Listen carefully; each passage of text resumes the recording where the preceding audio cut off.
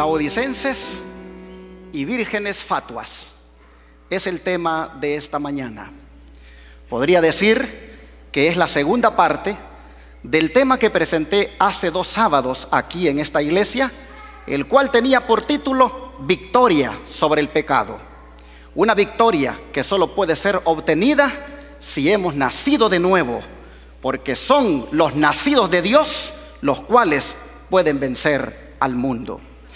Una experiencia que Cristo dijo a Nicodemo: si no pasas por esa experiencia del nuevo nacimiento, no podrás ver ni entrar al reino de Dios.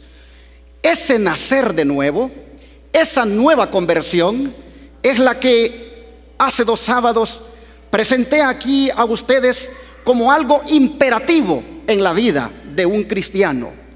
Un nacer de nuevo que no solamente es nacer del agua, sino también nacer del Espíritu.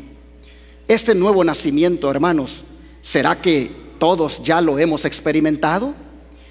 No podemos utilizar este mensaje del nuevo nacimiento de la manera proselitista como hemos estado acostumbrados a mirarlo en un temario de una campaña evangelística para que las personas que no son de nuestra fe puedan entender que se deben bautizar. No, mis hermanos, el nuevo nacimiento es una experiencia que todos nosotros debemos experimentar. ¿Estamos de acuerdo? Este nuevo nacimiento, hermanos, la sierva del Señor dice que es raro en esta época del mundo, pero que sin embargo es vital para obtener victoria sobre el pecado. ¿Por qué laodicenses y vírgenes fatuas? Porque, hermanos, esa es la condición en la que estamos viviendo como pueblo. Un sinónimo de laodicenses y vírgenes fatuas sería engañados, porque es precisamente en eso en el cual habemos muchos aún siendo personas de la verdad presente, engañados. Es trágico para un cristiano estar engañado y aún más autoengañado. Ya Jeremías se los había dicho al pueblo profeso de sus días. En el libro de Jeremías, si pueden ustedes buscarlo, Jeremías capítulo 17, verso 9, nosotros encontramos la palabra que el profeta da al pueblo profeso de sus días. Él dice de la siguiente manera, Jeremías 17, versículo 9, dice así el profeta del Señor. Dice: engañoso es el corazón más que todas las cosas y perverso, ¿quién lo conocerá? Cuando el profeta dijo estas palabras, no se la dijo a los babilonios, no se la dijo a los asirios, no se la dijo a los egipcios, se la dijo a los judíos, al pueblo profeso de Dios en ese tiempo. Les dice: están engañados en su propio corazón. ¿Y quién lo sabe? ¿Quién lo conoce? ¿Y por qué Él les decía que estaban engañados? Porque en el versículo 5, hermanos, nos dice: así dice Jehová, maldito el varón que confía en el hombre y pone carne por su brazo, y su corazón se aparta de Jehová. Había sido dicho a través del profeta que un león se estaba levantando en la espesura del norte y que venía como águila conquistando reinos, y que era mejor dejarse llevar, era mejor dejarse invadir y ser llevados cautivos tranquilamente. Sin embargo, el pueblo prefirió hacer alianzas con Egipto, prefirió mejor ampararse en el brazo humano antes que oír la voz de Dios. Y en ese sentido es que viene el profeta y dice: qué engañados están en su corazón, ¿y quién lo conocerá? ¿Quién lo entiende? ¿Quién lo sabe? Y es que, hermanos, una de las tragedias, como dije, en la vida de un cristiano es estar engañado. Y para poder lograr victoria sobre el pecado, y para poder entonces ser verdaderamente un convertido como el Señor demanda, se requiere primeramente reconocer nuestra debilidad, nuestra falla delante del Señor.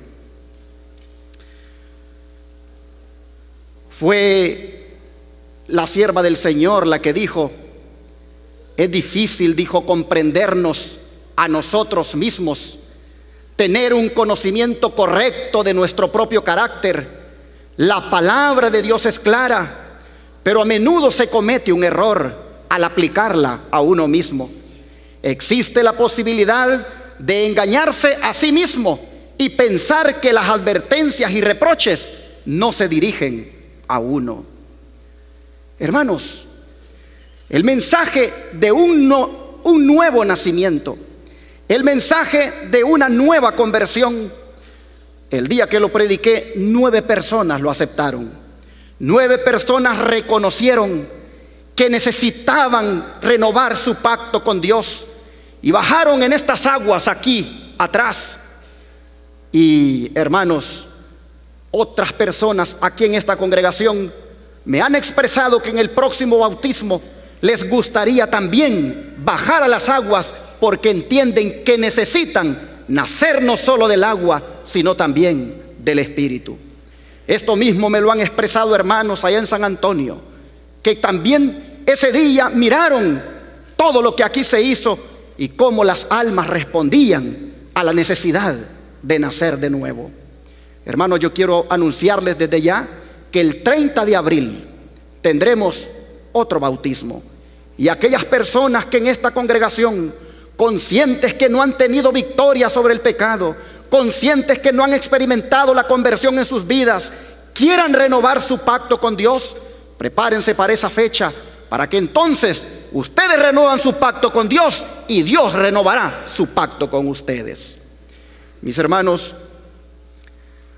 qué triste es pensar que el que tiene que nacer de nuevo es la hermanita Rodríguez o la hermanita Figueroa, pero no yo.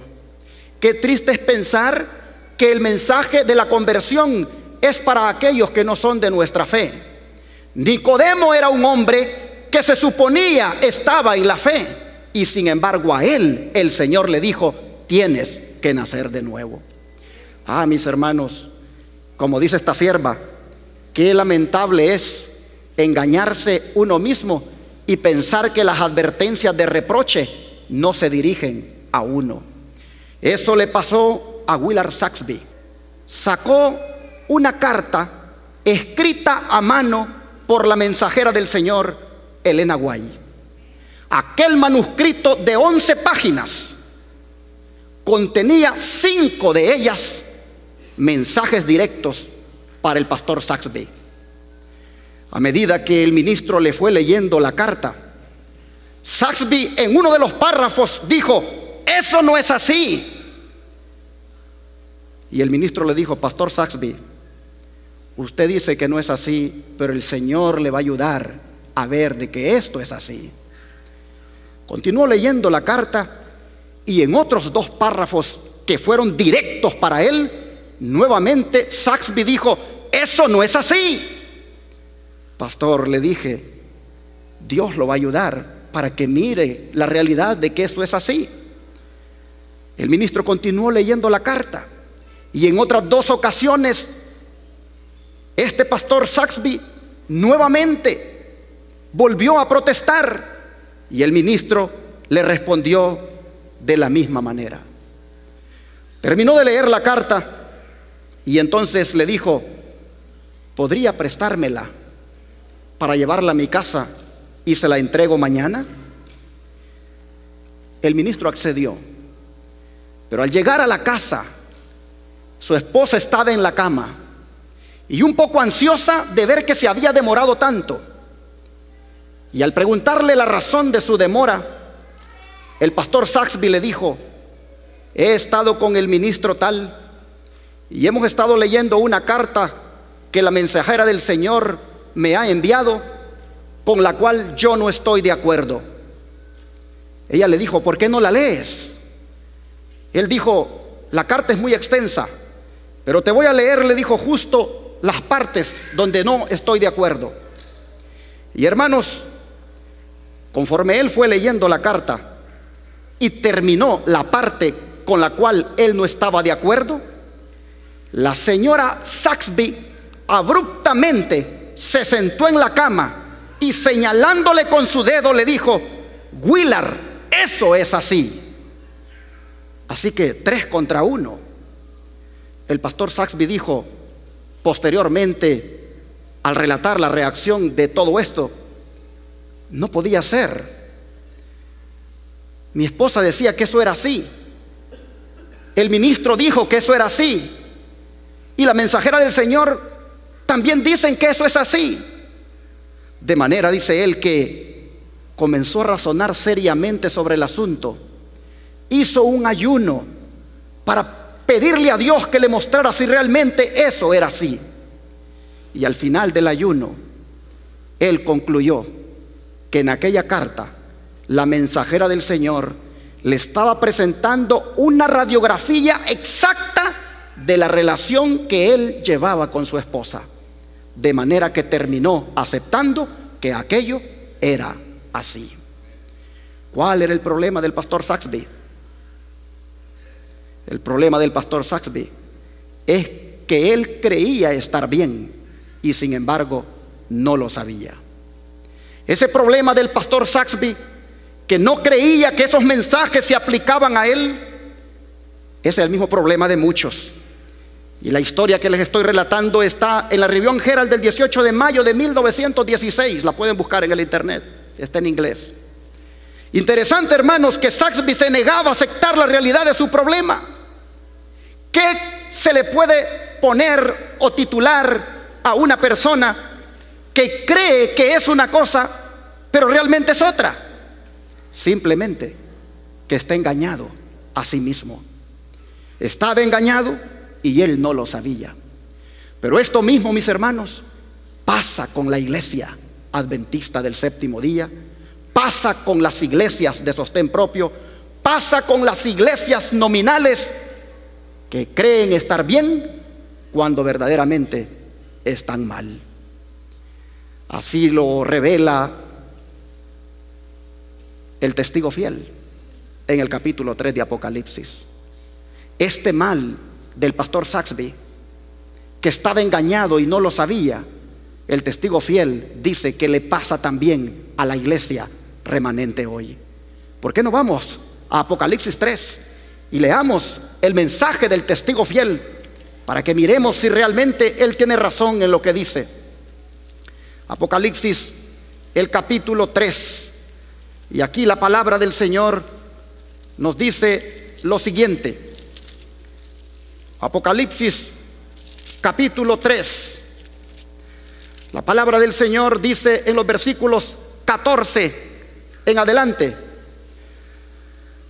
escribe, dice, al ángel de la iglesia en la Odisea: he aquí el amén, el testigo fiel y verdadero, el principio de la creación de Dios.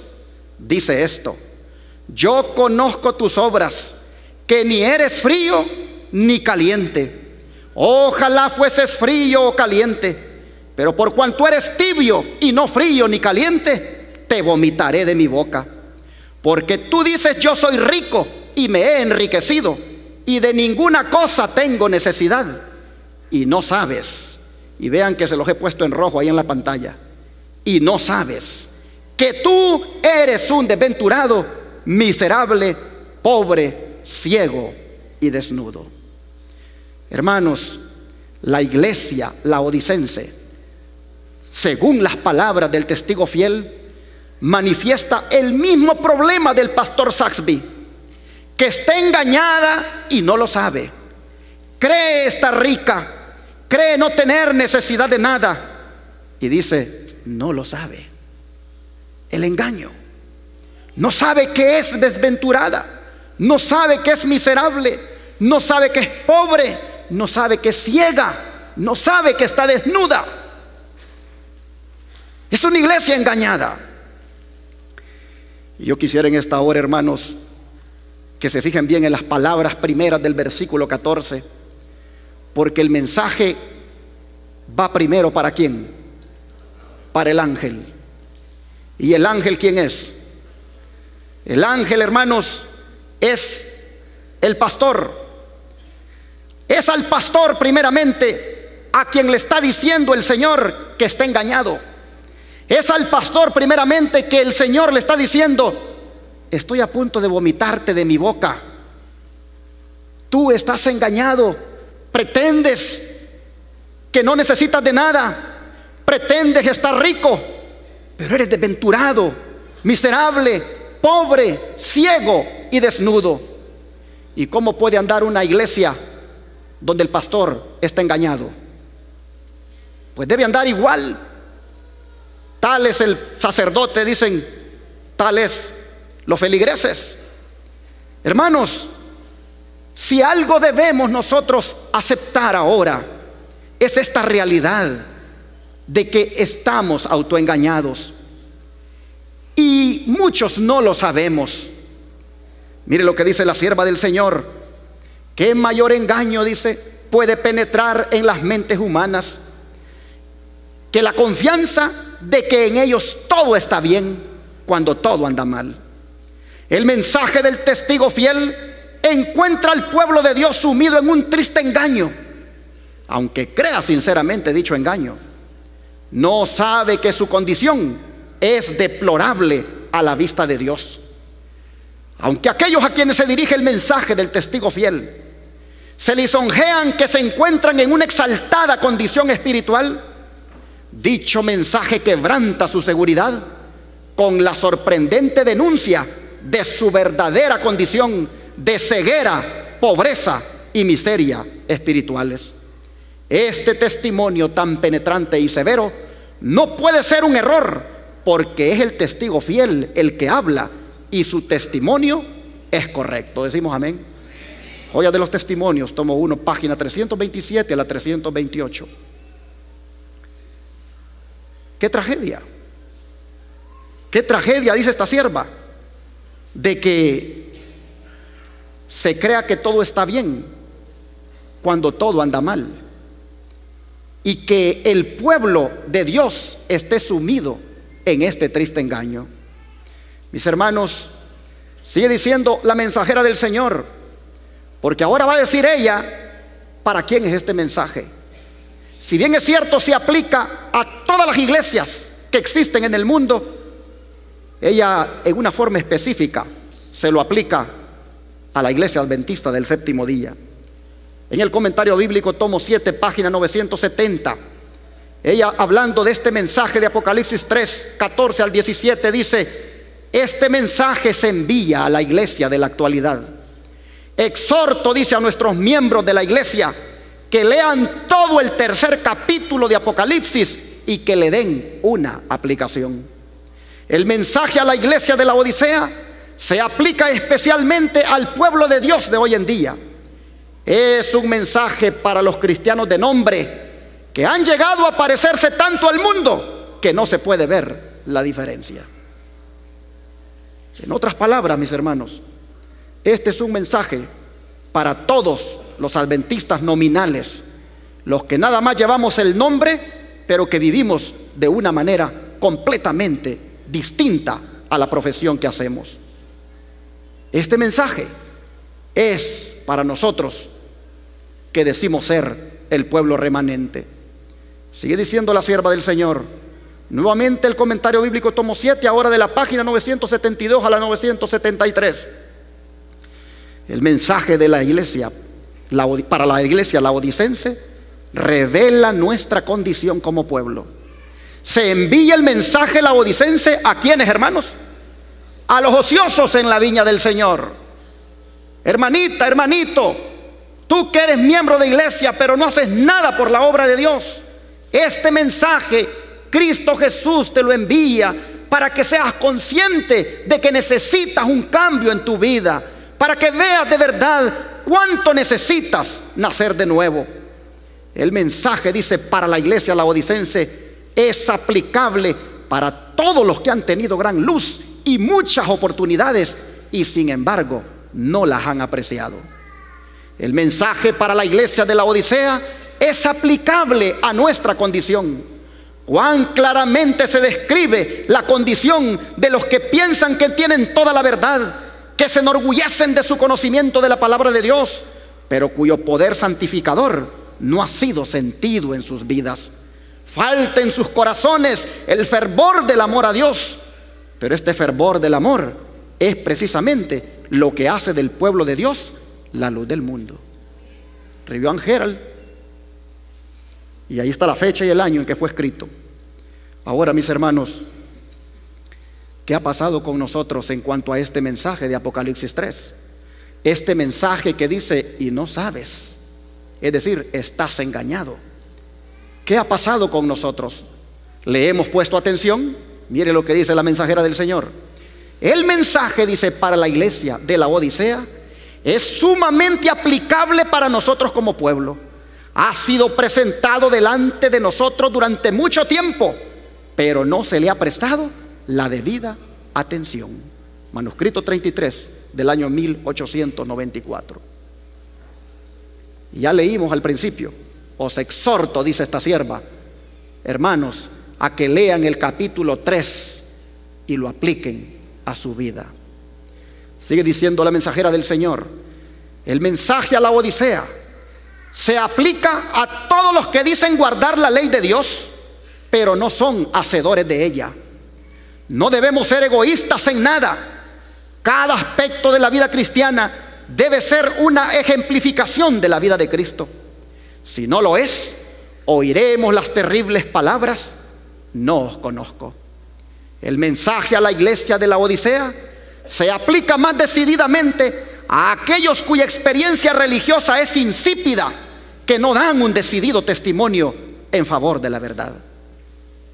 Creo que la sierva del Señor está siendo iluminada por el Espíritu Santo para que todos en alguna manera se vean identificados con este mensaje. Dice esta sierva: os digo en el nombre del Señor que los que han tenido gran luz están hoy en día en el estado descrito por Cristo en su mensaje a la iglesia laodicense. Piensan que son ricos, que están enriquecidos y creen que no tienen necesidad de nada. Cristo os habla: escuchad, oh, escuchad, si es que tenéis algún aprecio por vuestras almas, las palabras del gran consejero. Escuchadlas y proceded de acuerdo con ellas. Ustedes saben que en esta iglesia predicamos la verdad. No le damos a la iglesia la lechita que tal vez está acostumbrado a escuchar en otros lugares. Aquí predicamos el mensaje tal como ha sido dado en este santo libro y en los testimonios. Y es este mensaje fuerte, hermanos, dado por este testigo fiel que se ha descuidado por años y que no se le ha puesto atención, y que es la causa de mucha frialdad y de mucho engaño en muchos que decimos ser del pueblo de Dios.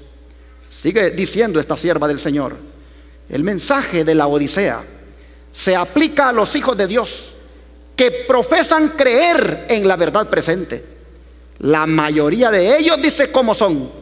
Son tibios y solo profesan la verdad. Tienen el nombre de cristianos, pero nada de qué, de celo. Vivimos en tiempos difíciles, mis hermanos. Los sucesos están rápidamente desarrollándose frente a nuestros ojos, y nosotros los cristianos hemos perdido ese celo por las cosas de Dios. Hemos perdido ese celo por el mensaje. Hemos perdido ese celo por reflejar el carácter del Señor. Pero, hermanos, debemos hoy entender que un cambio es urgente en nosotros para que podamos verdaderamente disfrutar de la vida eterna con Cristo. La sierva del Señor dice: el mensaje a los laodicenses se aplica a quienes, no quieren mencionarlo, ¿a quiénes, hermanos? A los adventistas, que han tenido gran luz, pero no han andado en ella. Los que han hecho gran profesión de fe, pero que no se han mantenido al mismo paso de su guía, son los que van a ser vomitados de su boca, a menos que se arrepientan. Mensajes Selectos, tomo 2, página 75. Hay 3 grupos, hermanos, en estos momentos en el pueblo de Dios. Están los fríos, que les gusta el mundo y viven vistiéndose como el mundo, divirtiéndose como el mundo. ¿A dónde va el mundo? Que no van ellos. Hacen alarde en el Facebook de los lugares que han visitado, donde el mundo también anda. Esos son los fríos. Pero también están los tibios. Estos, hermanos, son los que solo profesan la verdad. Son los nominales, los que llevan el nombre. Y están los calientes, los pocos comprometidos, los que están en la iglesia, pero sí, está bien la radio, está bien la televisión, hay que apoyar en otros. Oh sí, qué bonito que en otros lugares, pero a ti no te da gozo, a ti no te da nada, no tienes compromiso con la obra. En cualquiera de estos grupos nosotros estamos reflejados. Pero lo triste es, mis hermanos, que la tibieza, miren lo que dice la sierva del Señor. Al respecto, dice el comentario bíblico adventista, que es lo que ella escribió: la figura del agua tibia prosigue hasta su lógica conclusión. Esta agua desagrada, produce náuseas, y el que la bebe casi involuntariamente vomita. Ese es el riesgo. Ese es el riesgo, hermanos, de estar en la tibieza, que le producimos náuseas al Señor. Y Él ha dicho claramente: te voy a vomitar de mi boca. Pero dije que el tema se llama Laodicenses y vírgenes fatuas, porque interesante que cuando vamos a la parábola de las vírgenes fatuas, encontramos que los laodicenses y las vírgenes fatuas tienen la misma condición. Vamos al libro de Mateo. Libro de Mateo, capítulo 25. Y veamos aquí la condición de las vírgenes fatuas.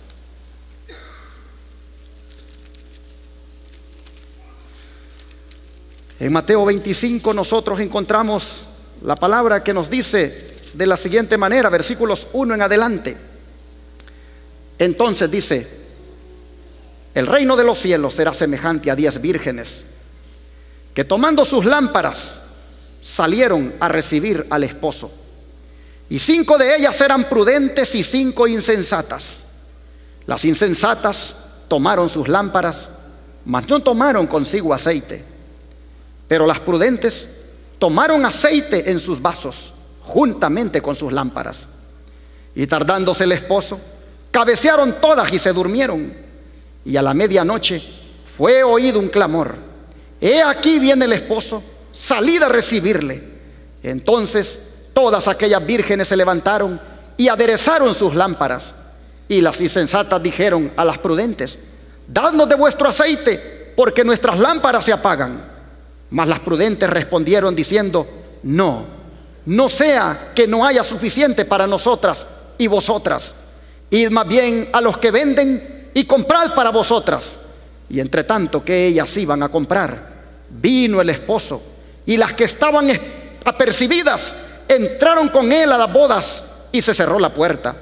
Y después vinieron también las otras vírgenes diciendo: Señor, Señor, ábrenos. Pero él respondiendo dijo: de cierto os digo, no os conozco. Velad pues, porque no sabéis el día ni la hora en que el Hijo del Hombre ha de venir.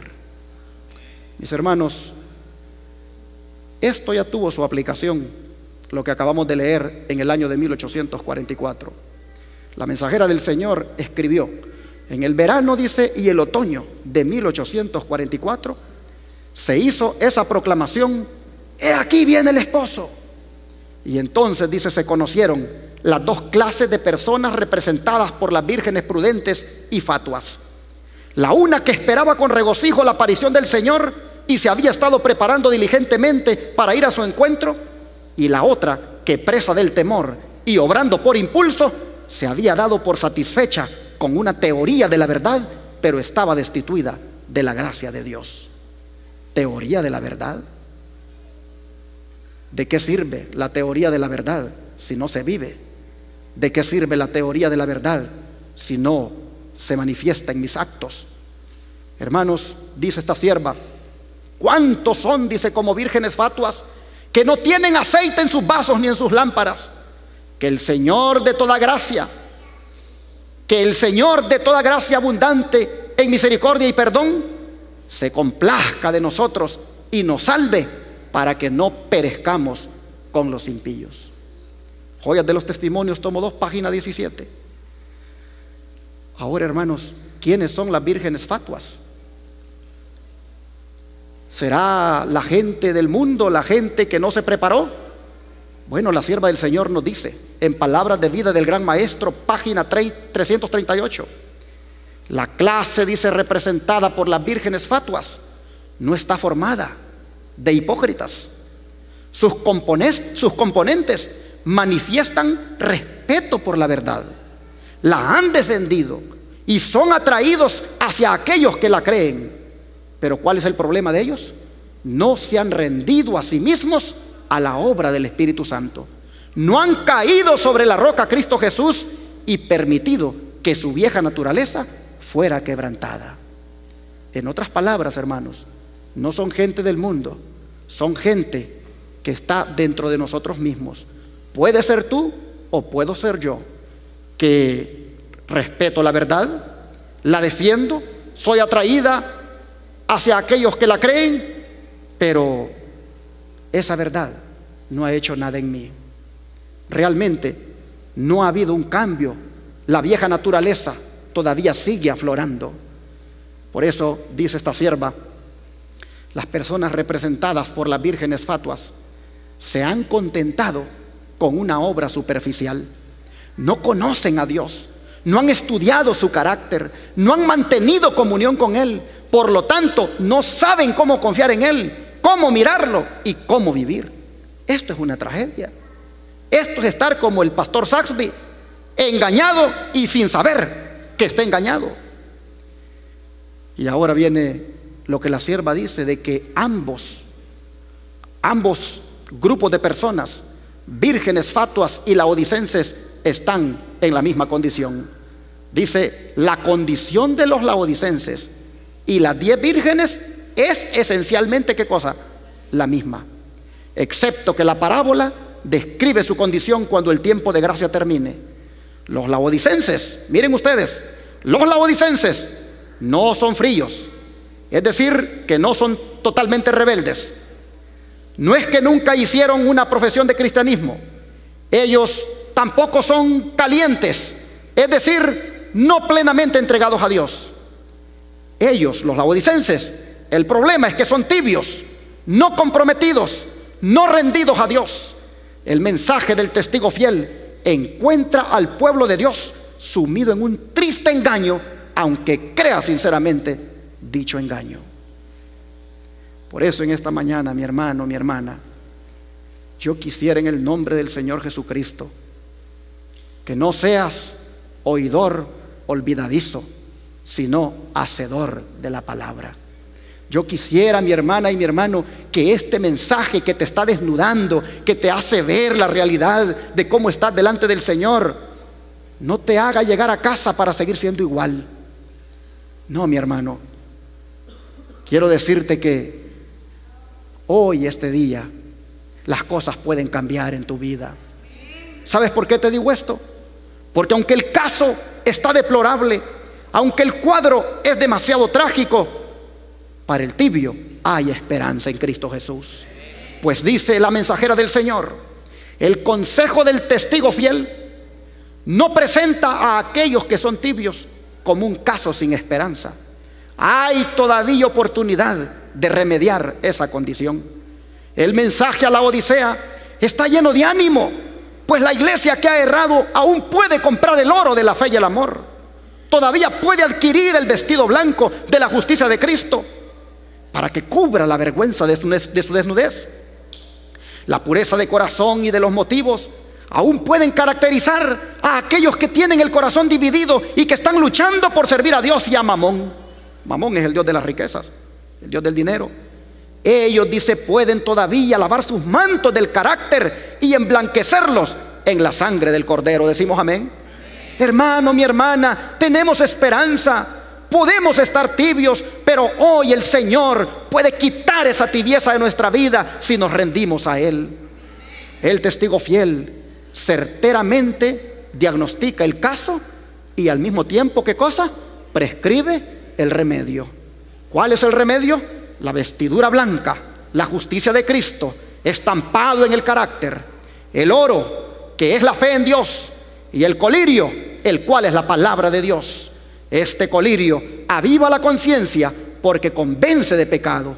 Este avivamiento es necesario para que se produzca la curación y la persona viva con sinceridad de propósito para la gloria de Dios. Cada uno de estos dones, el oro, el colirio y la vestidura blanca, vienen a través de la gracia de Dios, mediante la comunicación de la gracia de Cristo. El pecado es discernido en su aborrecible naturaleza y finalmente es expulsado del templo del alma. Y termino este mensaje con las palabras finales del testigo fiel. Las palabras que dicen: yo reprendo y castigo a todos los que amo. Sé pues celoso y arrepiéntete. ¿Cuándo nos vamos a arrepentir, hermanos? ¿Hasta cuando venga el castigo? No esperemos el castigo. Hoy es el día, hermanos, de arrepentirnos. Hoy es el día de entregarnos a Jesucristo. Hoy es el día de que esta radiografía que nos ha mostrado el Señor pueda, hermanos, ser completamente remediado. He aquí, dice el Señor, estoy a la puerta y llamo. Si alguno oye mi voz y abre la puerta, entraré con él, cenaré con él y él conmigo. Mira las palabras: si alguno. Él sabe que no toda la iglesia va a aceptar este mensaje. Él sabe que la iglesia a nivel corporativo no va a aceptar este mensaje. Pero el Señor sabe que si alguno lo acepta, ese va a ser bendecido. De manera que en esta mañana, ese alguno, ¿cómo me gustaría que fueras tú, mi hermana? ¿Cómo me gustaría que fueras tú, querido hermano? Que fueras tú, querido joven. Ese alguno que abre la puerta esta mañana, ¿cómo me gustaría que fueras tú, que me estás escuchando allí en el internet, que me estás escuchando en la radio, que me estás escuchando en el televisor? ¿Cómo me gustaría que ese alguno fueras tú, mi hermana y mi hermano, para que verdaderamente disfrutes de tu vida cristiana? El Señor dice: cuando hagan eso, cuando abran la puerta, yo voy a entrar. Y entonces dice: vamos a cenar juntos. Yo, dice, voy a cenar con ustedes y ustedes conmigo. En otras palabras, cuando ustedes verdaderamente reconozcan que están engañados y admitan este pecado y permitan que yo entre a sus vidas, dice el Señor, seremos amigos, seremos compañeros. Tendrás quien te ayude en las debilidades, tendrás quien te ayude en las tentaciones, tendrás quien te dé la victoria sobre el pecado. Cristo dice: al que venciere, le daré que se sienta conmigo en su trono, así como yo he vencido y me he sentado con mi Padre en su trono. Hermano, qué privilegio para los que obtengan la victoria sobre el pecado por medio de la gracia de Cristo. Se sentarán con Cristo en su trono. Los vencedores, los victoriosos sobre toda vida pecaminosa, tendrán el privilegio, dice el Señor, de que se sienten con Él en su trono, así como Él ha vencido. Hermanos, este camino es para gente vencedora. Este camino es para gente que alcance la victoria, y toda victoria es posible por la gracia de Jesucristo. Por eso dice al final el Señor: si tienen oídos, oigan lo que el Espíritu dice a las iglesias. ¿Habrá alguien en esta mañana que ha oído lo que el Espíritu Santo le ha dicho? ¿Habrá alguien en esta mañana que, oyendo lo que el Espíritu Santo le ha dicho, está dispuesto a rendirse a Él, y que toda esa tibieza, toda esa mundanalidad, toda esa falta de interés, toda esa forma de vivir mediocre termine? ¿Habrá alguien que, habiendo oído lo que el Espíritu dice, quisiera decirle al Señor: ven a mi vida y cámbiame hoy? ¿Cuántos quisieran, hermanos, hacerlo? Entonces, mis hermanos, yo quiero que cantemos ese himno que dice: a tu puerta Cristo está, ábrele. Y te voy a decir algo, hermano. Si tú de verdad, escucha bien esto que te voy a decir, si tú de verdad te quieres rendir al Señor ahora, conforme el canto lo vayamos entonando, yo te voy a pedir que vengas aquí adelante para que nos entreguemos al Señor y le digamos que no seamos más laodicenses en ese estado de tibieza, sino de los que un día tal vez fuimos laodicenses, pero abriendo la puerta fuimos vencedores con Cristo. El 205, si me lo ponen, hermanos, y pónganse de pie. Y mientras lo cantamos, repito: aquel que en su corazón se quiera rendir al Señor ahora, le voy a invitar a que venga aquí adelante para que oremos. Himno 205.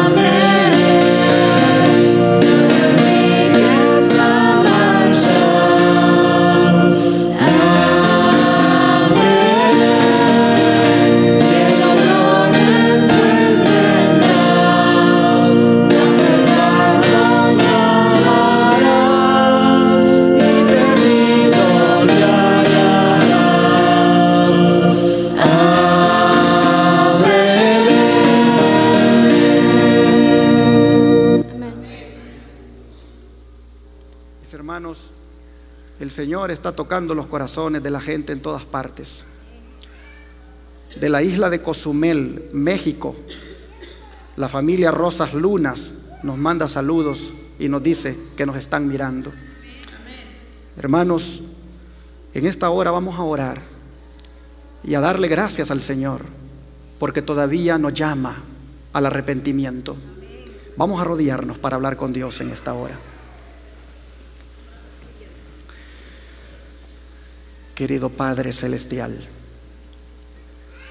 hemos mirado, Señor, que Willard Saxby, los laodicenses y las vírgenes fatuas, al igual que el pueblo judío, tenían el mismo problema: engañados y no lo sabían. Y qué lamentable, Señor, vivir una vida así, de autoengaño, viniendo los sábados, pero luego en la noche tal vez irnos al cine, tal vez, Señor, sentarnos frente a un televisor para mirar cosas que echan por tierra todo lo que pudimos haber aprendido. Qué triste, Padre, que los sábados podamos estar aquí y en la semana vivamos hablando groserías, vistiéndonos como el mundo. Oh Señor, claramente hemos reflejado hasta ahora que hemos estado engañados. Y Padre, tu palabra ha sido como siempre directa, porque tú nos amas. Y tú, oh Señor, estás deseando llevarte un pueblo peculiar, un pueblo verdaderamente que sea un real sacerdocio. Y en la condición, Señor, en que hemos venido, no estamos listos. Por eso, Dios, en esta hora te pedimos perdón. Te rogamos, Señor, que borres nuestras rebeliones por la multitud de tus piedades.